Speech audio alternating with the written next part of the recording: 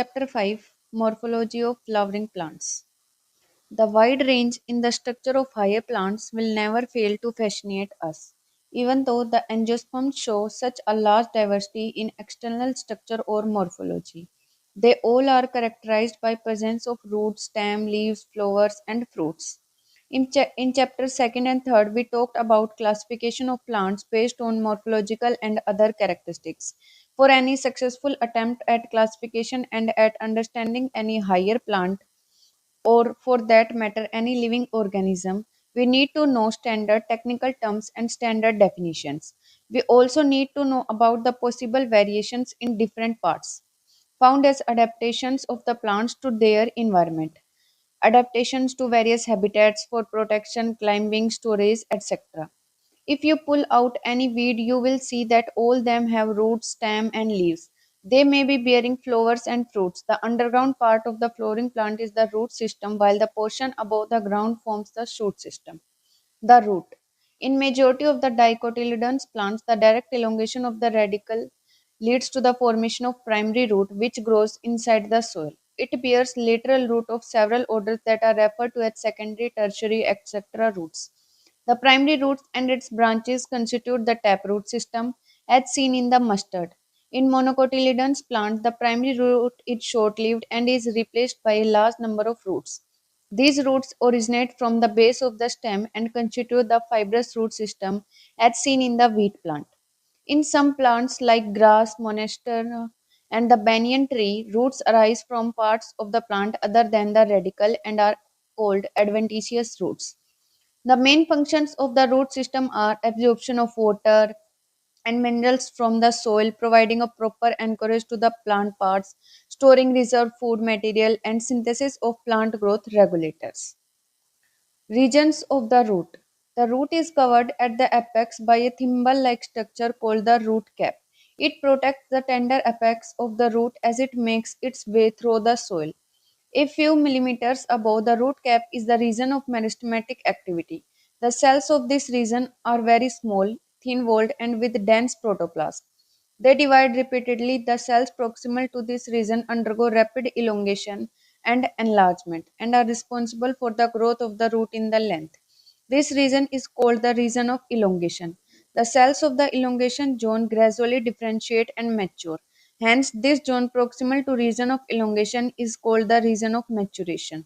From this region, some of the epidermal cells form very fine and delicate thread-like structures called root hairs. These root hairs absorb water and minerals from the soil.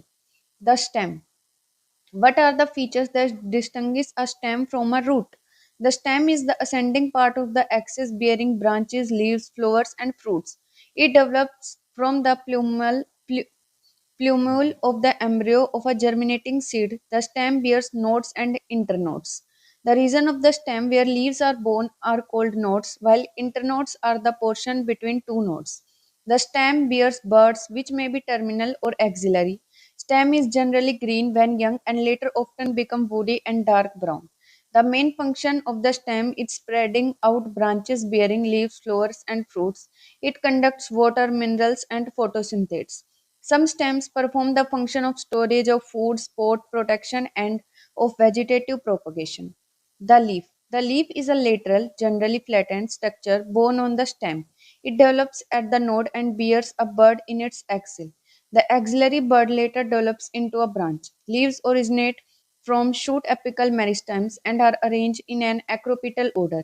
They are the most important vegetative organs for photosynthesis. A typical leaf consists of three main parts: leaf base, petiole, and lamina. The leaf is attached to the stem by the leaf base and may bear two lateral small leaf-like structures called stipules. In monocotyledons, the leaf base expands into a sheath covering the stem partially or wholly. In some leguminous plants, the leaf base may become swollen, which is called the pulvinus. The petiole help hold the blade to light. Long, thin, flexible petioles allow leaf blades to flutter in wind, thereby cooling the leaf and bringing fresh air to leaf surface. The lamina or the leaf blade is the green expanded part of the leaf with veins and veinlets. There is usually a middle prominent vein which is known as the midrib. Veins provide rigidity to the leaf blade and act as channels of transport of water, minerals, and food materials. The shape, margin, apex, surface, and extent of incision of lamina varies in different leaves. Venation. The arrangement of veins and the veinlets in the lamina of leaf is termed as venation. When the veinlets form a network, the venation is termed as reticulate. When the veins run parallel to each other within a lamina, the venation is termed as parallel. Leaves of dicotyledons plant generally possesses reticulate venation, while parallel venation is the characteristics of most monocotyledons. Types of leaves. A leaf is said to be simple when its lamina is entire or when incised.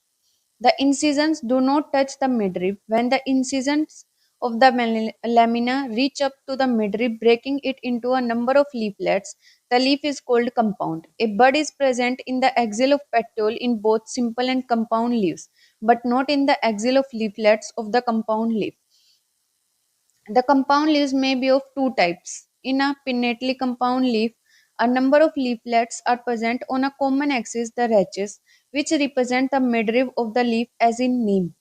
In palmately compound leaves, the leaflets are attached at a common point at the tip of petiole as in silk cotton. Phyllotaxy. Phyllotaxy is the pattern of arrangement of leaves on the stem or branch. This is usually of three types: alternate, opposite, and hold.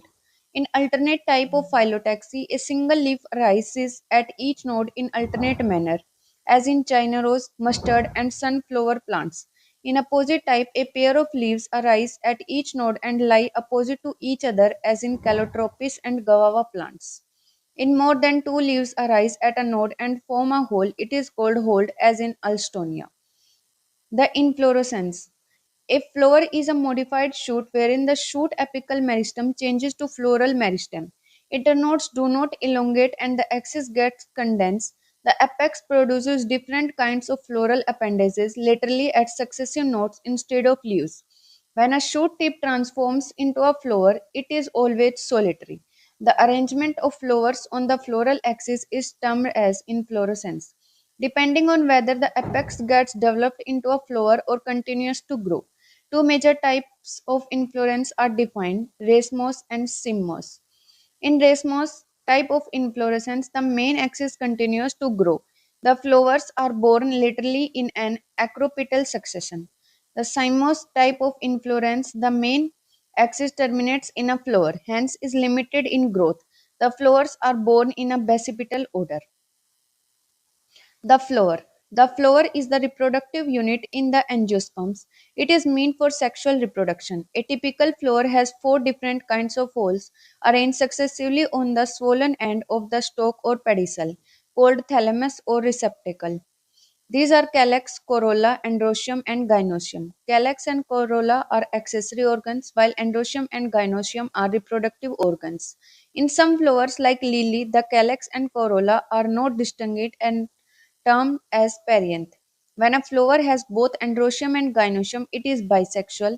A flower having either only stamen or only carpels is unisexual. In symmetry, the flower may be actinomorphic radial symmetry or zygomorphic bilateral symmetry, when a flower can be divided into two equal radial halves in any radial plane passing through the center. It is said to be actinomorphic, example mustard, datura, chili, when it can be divided into two similar halves only in one particular vertical plane. It is zygomorphic, example pea, gulmohar, bean, cassia. A flower is a asymmetric irregular if it cannot be divided into two similar halves by any vertical plane passing through the center, as in canna. A flower may be trimerous, tetramerous, or pentamerous when the floral appendages are in multiple of 3, 4, and 5 respectively. Flowers with bracts reducedly found at the base of the pedicle are called bracteate, and those without bracts ebracteate. Based on the position of calyx, corolla, and androecium in respect of ovary on thalamus, the flowers are described as hypogynous, perigynous, and epigynous. In the hypogynous flower, the gynoecium occupies the highest position while the other parts are situated below it. The ovary in such flowers is said to be superior, example mustard, china rose, and brinjal. If gynoecium is situated in the center and other parts of the flower are located on the rim of the thalamus almost at the same level, it is called perigynous. The ovary hair is said to be half inferior, example plum, rose, peach. In epigynous flowers, the margin of thalamus grows upward enclosing the ovary completely and getting fused with it. The other parts of flower arise above the ovary. Hence, the ovary is said to be inferior, as in flowers of guava and cucumber, and the ray florets of sunflower. Parts of a flower. Each flower normally has four floral holes: calyx, corolla, androecium, and gynoecium. Calyx. The calyx is the outermost hole of the flower and the members are called sepals. Generally, sepals are green, leaf-like and protect the flower in the bud stage. The calyx may be gamosepalous, sepals united, or polysepalous, sepals free. Corolla. Corolla is composed of petals. Petals are usually brightly colored to attract insects for pollination. Like calyx, corolla may also be gamopetalous, petals united, or polypetalous, petals free. The shape and color of corolla vary greatly in plants.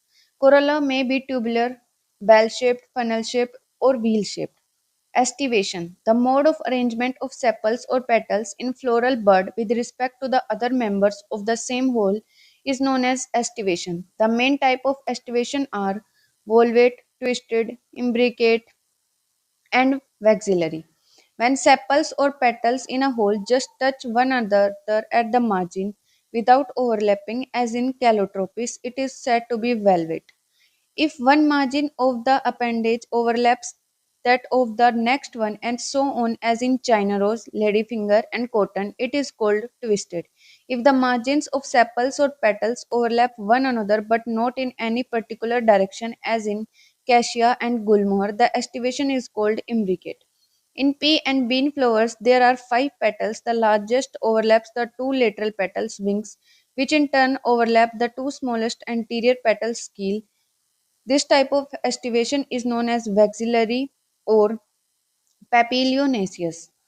Androecium. Androecium is composed of stamens. Each stamen, which represent the male reproductive organ, consists of a stalk or a filament and an anther. Each anther is usually bilobed and each lobe has two chambers. The pollen sac. The pollen grains are produced in pollen sac. Sterile stamen is called staminode. Stamens of flowers may be united with other members such as petals or among themselves. When stamens are attached to the petals, they are epipetalous as in brinjal, or epiphyllous when attached to the perianth as in the flower of lily. The stamen is a flower may either remain free, polyandrous, or may be united in varying degrees. The stamens may be united into one bunch or one bundle, monodelphous, as in China rose, or two bundles, didelphous, as in pea, or into more than two bundles, polydelphous, as in citrus. There may be a variation in the length of filaments within a flower, as in salvia and mustard. Gynoecium. Gynoecium is the female reproductive part of the flower and is made up of one or more carpels. A carpel consists of three parts, mainly stigma, style, and ovary. Ovary is the enlarged basal part on which lies the elongated tube, the style. The style connects the ovary to the stigma. The stigma is usually at the tip of the style and is the receptive surface of pollen grains. Each ovary bears one or more ovules attached to a flattened cushion-like placenta. When more than one carpel is present, they may be free, as in lotus and rose, and are called apocarpus. They are termed syncarpus when carpels are fused, as in mustard and tomato. After fertilization, the ovules develop into seeds and the ovary matures into a fruit. Placentation. The arrangement of ovules within the ovary is known as placentation. The placentation are of different types, mainly marginal, axial, parietal, basal, central, and free central. In marginal placentation, the placenta forms a ridge along the ventral suture of the ovary and the ovules are borne on this ridge forming two rows as in P. When the placenta is axial and ovules are attached to in a multilocular ovary, the placenta is said to be axial, as in China rose, tomato, and lemon. In parietal placentation, the ovules develop on the inner wall of the ovary or on peripheral part. Ovary is one chambered, but it becomes two chambered due to the formation of the false septum, example mustard and argemone. When the ovules are borne on central axis and septa are absent, as in dianthus and primrose, the placentation is called precentral. In basal placentation, the placenta develops at the base of ovary and a single ovule is attached to it, as in sunflower marigold. The fruit.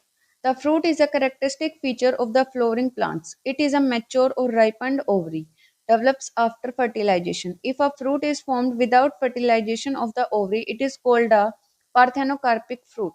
Generally, the fruit consists of a valve or pericarp and seeds. The pericarp may be dry or fleshy. When pericarp is thick and fleshy, it is differentiated into a outer epicarp, the middle mesocarp, and the inner endocarp. In mango and coconut, the fruit is known as drupe. They develop from monocarpellary superior ovaries and are one-seeded. In mango, the pericarp is well differentiated into an outer thin epicarp, a middle fleshy edible mesocarp, and an inner stony hard endocarp. In coconut, which is also a drupe, the mesocarp is fibrous. The seed. The ovules after fertilization develop into seeds. A seed is made up of a seed coat and an embryo. The embryo is made up of a radicle and embryonal axis and one as in wheat, maize, or two cotyledons as in gram and pea. Structure of a dicotyledon seed. The outermost covering of a seed is the seed coat. The seed coat has two layers, the outer testa and the inner tegment. The hilum is a scar on the seed coat through which the developing seeds were attached to the fruit. Above the hilum is a small pore called the micropyle. Within the seed coat is the embryo consisting of an embryonal axis and two cotyledons. The cotyledons are often fleshy and full of reserve food materials. At the two ends of the embryonal axis are present the radicle and the plumule. In some seeds, such as the castor, the endosperm formed as a result of double fertilization is a food storing tissue and called endospermic seeds. In plants such as bean, gram, and pea, the endosperm is not present in mature seeds, and such seeds are called non endospermous. Structure of a monocotyledonous seed. Generally, monocotyledons seeds are endospermic, but same as in orchids are non-endospermic. In the seed of culls such as maize, the seed coat is membranous and generally fused with the fruit wall. The endosperm is bulky and stores food. The outer covering of endosperm separates the embryo by a proteinaceous layer called alluron layer. The embryo is small and situated in a groove at one end of the endosperm.